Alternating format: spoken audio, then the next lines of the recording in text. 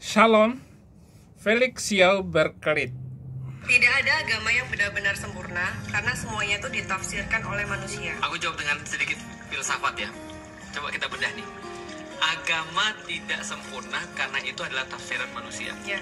Berarti kalimat ini tafsiran manusia gak juga sih? Iya. Nah, artinya aku kasih tahu sesuatu yang pasti ya. Manusia itu tidak sempurna, itu sudah pasti. Oh, berarti ketika manusia tidak sempurna, maka dia perlu daripada selain dia untuk ngasih tahu dia bagaimana yang sempurna. Betul.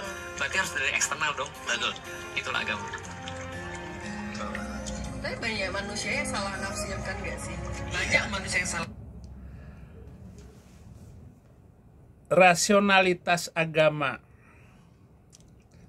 Itu yang mau saya beri judul tentang Felix Xiao ini, saudara. Al-Maidah ayat 3, Al-yawma akmaltu lakum dinakum wa atmamtu alaikum ni'mati wa raditu lakumul islami dina. Hari ini telah kusempurnakan Islam agamamu. Tapi itu hanya pernyataan dan sangat menyakitkan saya. Felix Xiao berkelit, dari semua ajaran agama di dunia, coba kamu pikirkan mana yang paling rasional, bahkan lebih sempurna. Kata sempurna jauh api dari panggang, jauh panggang dari api, tanpa bisa dan bias pendapat manusia. Tentang agama mana yang paling rasional sulit dijawab secara objektif, karena konsep rasionalitas di dalam konteks agama sangat bergantung pada perspektif individu dan kerangka logika yang mereka gunakan. Contoh omongan Felix Xiao tadi.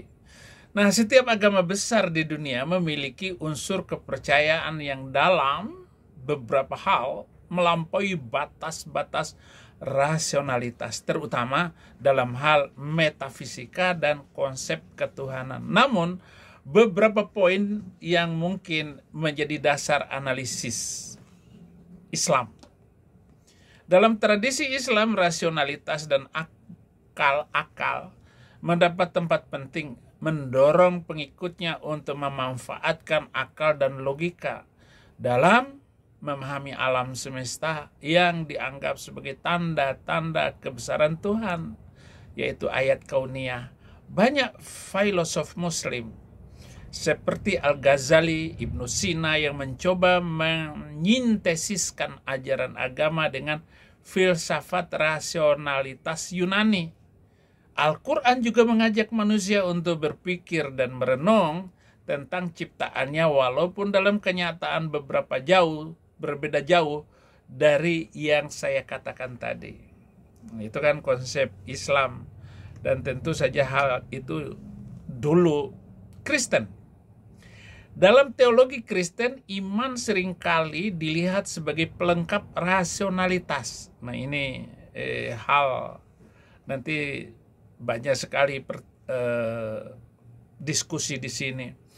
Rasionalitas memiliki peran penting dalam sejarah Kristen, terutama dalam skolastisisme, dengan tokoh-tokoh seperti Thomas Aquinas yang mencoba mensintesisasikan kepercayaan dengan logika Aristotelian. Namun beberapa ajaran seperti konsep Trinitas terkadang dianggap sulit dijelaskan secara logis, karena dijawab begini diserang begini, dijawab begini diserang begini. Judaism klasik juga menekankan penggunaan akal dalam memahami hukum-hukum Tuhan. Kaum Yahudi sering terlibat dalam studi Talmud yang merupakan analisis mendalam dan kritis terhadap teks-teks agama mereka, dengan perdebatan yang mempertimbangkan berbagai macam sudut pandang. Hinduisme memiliki aspek yang sangat beragam dan sangat ritualistik hingga yang sangat filosofis. Aliran-aliran seperti Vedanta dan Samakhya menekankan logika dan metafisika dalam memahami realitas. Namun, sebagian besar praktek Hindu berakar pada tradisi dan ritual yang tidak selalu bersifat rasional dalam pengertian logika barat. Nah, ini juga karena saya waktu kuliah itu khusus membahas Hinduism. Buddhism, ajaran yang seringkali dianggap rasional karena berfokus pada pengalaman rasional dan metodologika, seperti dalam Abhidhamma dan ajaran tentang sebab akibat, pratyasa mutpada. Buddhism juga menekankan pentingnya introspeksi dan meditasi dalam memahami realitas dan pikiran. Nah, ini yang terakhir, yang bukan agama, yaitu agnosticism dan ateisme. Meskipun tidak termasuk agama, posisi agnostik dan ateistik didasarkan pada rasionalitas dan skeptisisme terhadap klaim-klaim agama. Jadi agnostik ini terutama anak muda Indonesia ataupun di seluruh dunia ini terlibat di sini, walaupun datang ke gereja sekalipun karena diajak orang tuanya. Para agnostik mengakui keterbatasan akal dalam memahami kebenaran mutlak tentang Tuhan, sementara ateisme cenderung menolak klaim supranatural jika tidak dapat dibuktikan secara ilmiah. Dari sudut pandang murni rasionalitas, Buddhism sering dianggap sebagai salah satu ajaran yang lebih dekat dengan pendekatan rasional karena menekankan pengalaman pribadi, verifikasi empiris, melalui meditasi dan ajaran sebab akibat yang mendasari hukum karma. Namun Islam juga memiliki tradisi yang sangat kuat dalam penggunaan akal dan logika di dalam memahami alam semesta dan menekankan hubungan yang harmonis antara iman dan rasio. Namun perlu dicatat bahwa setiap agama memiliki unsur kepercayaan yang melampaui logika manusia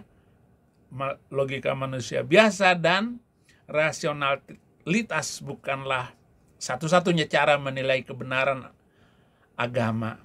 Pandangan ini sangat subjektif dan dipengaruhi oleh kerangka berpikir masing-masing individu.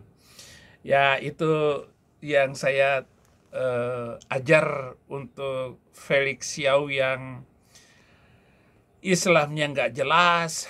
Dia baru saja berpindah dari konsep khilafah.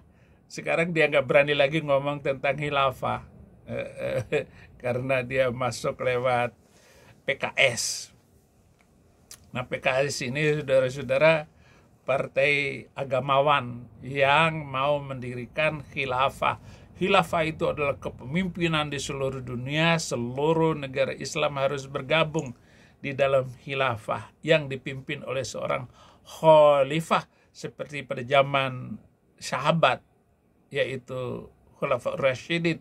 Itu yang dimimpi-mimpikan oleh mereka. Tetapi sekali lagi, jangan bermimpi. Like, subscribe channel saya agar memperjuangkan hidup toleransi dan damai. Tuhan Yesus memberkati.